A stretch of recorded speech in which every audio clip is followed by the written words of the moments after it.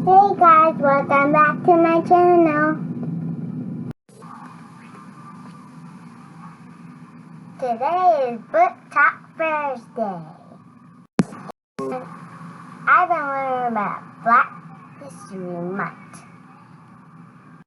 For today, Book Talk Thursday, we're reading the story about Ruby Bridges.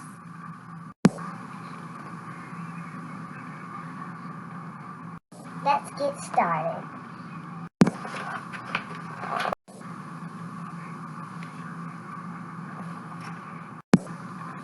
Ruby Bridges was born in a small cabin near Tylertown, Mississippi. "We were very poor, very, very poor," Ruby said. "My daddy worked picking crops. We just barely got by. There were times when I didn't have much to eat. The people who owned the land were bringing in machines to pick the crops, so my daddy lost his job, and that's when we had to move. I remember us leaving. I was 4, I think." In 1957, the family moved to New Orleans. Ruby's father became a janitor. Her mother took care of the children during the day. After they were tucked in bed, Ruby's mother went to work scrubbing floors in a bank. Every Sunday, the family went to church.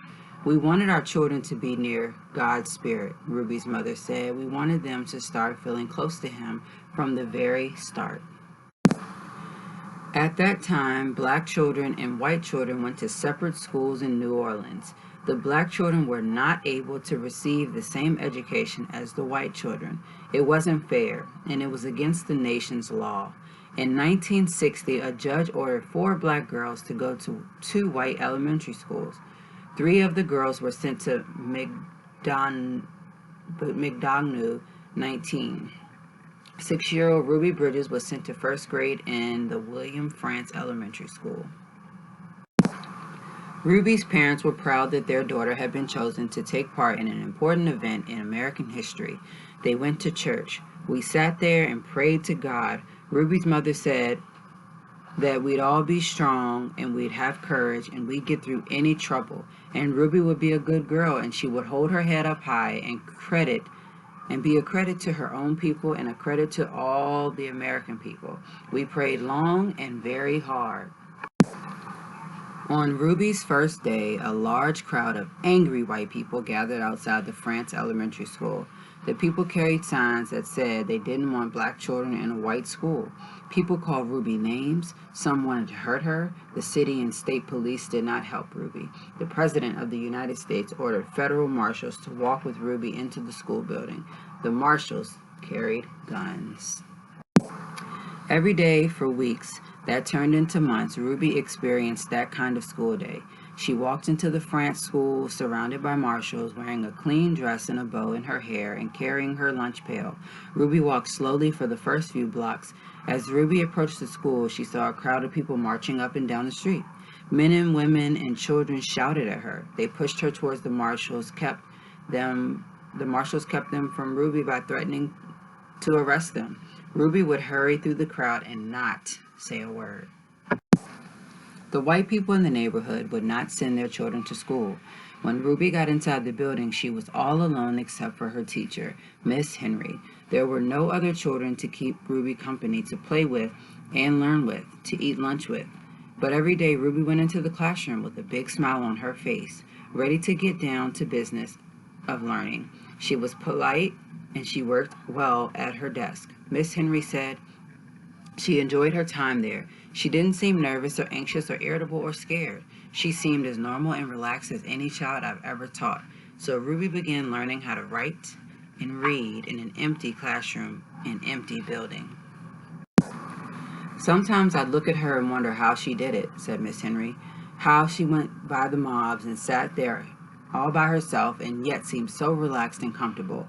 Miss Henry would question Ruby in order to find out if the girl was really nervous and afraid, even though she seemed so calm and confident. But Ruby kept saying she was doing fine. The teacher decided to wait and see if Ruby would keep on being so relaxed and hopeful, or if she would gradually begin to wear down, or even decide that she no longer wanted to go to school.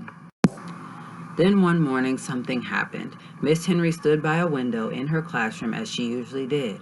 Watching Ruby walk towards the school, suddenly Ruby stopped, right in front of the mob of howling and screaming people. She stood there, facing all those men and women. She seemed to be talking to them. Miss Henry saw Ruby's lips moving and wondered what Ruby could be saying. The crowd seemed ready to kill her. The marshals were frightened. They tried to persuade Ruby to move along. They tried to hurry her into the school, but Ruby wouldn't budge. Then Ruby stopped talking and walked into the school. When she went into the classroom, Miss Henry asked her what happened. Miss Henry told Ruby that she'd been watching and that she was surprised when Ruby stopped and talked to the people in the mob. Ruby became irritated. "I didn't stop and talk with them," she said. "Ruby, I saw you talking," Miss Henry said. "I saw your lips moving."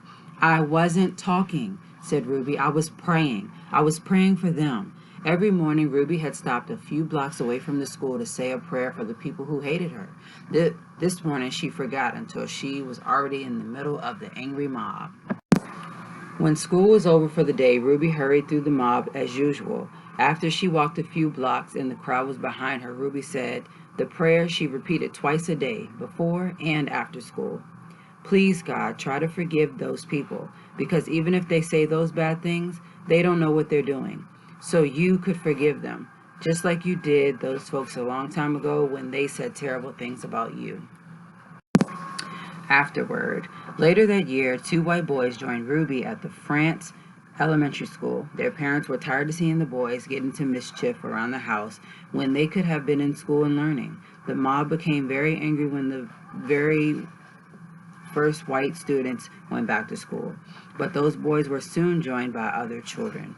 "We've been sitting back and letting our children get cheated out of an education because some people have tried to take the law into their own hands," one parent said. "It's time for us to fight for the side of the law and for our children's rights to go back to school and get their education." They all did get their education, Ruby and a growing number of boys and girls who went to school with her. By the time Ruby was in the 2nd grade, the mobs had given up their struggle to scare Ruby and defeat the federal judge's order that New Orleans schools be desegregated so that children of all races might be in the same classroom. Year after year, Ruby went to France school. She graduated from it when she went on to graduate from high school. Ruby Bridges is married to a building contractor and has 4 sons. Now a successful businesswoman, she has created the Ruby Bridges Educational Foundation. With its focus on education, community, and the future of our nation's children, the foundation is especially dedicated to revitalizing the William France School, which is located in the heart of 9th Ward in New Orleans. Ruby is once again stepping to the forefront and embracing an opportunity to make history by contributing to the challenges that our nation is facing in recovery efforts following Hurricane Katrina. There is also a special exhibit featuring Ruby's story at the Children's Museum in Indianapolis, Indiana, called "The Power of Children Making a Difference."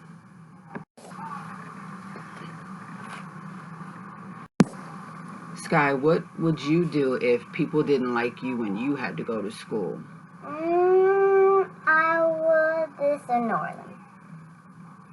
So we've had fun during the month of February learning all about Black History Month people. And so we chose this special book today to end off Black History Month for Book Talk Thursday.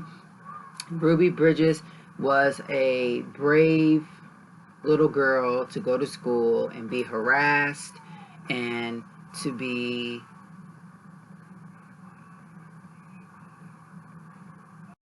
Thanks for watching. Give me your thumbs up. Subscribe to my channel.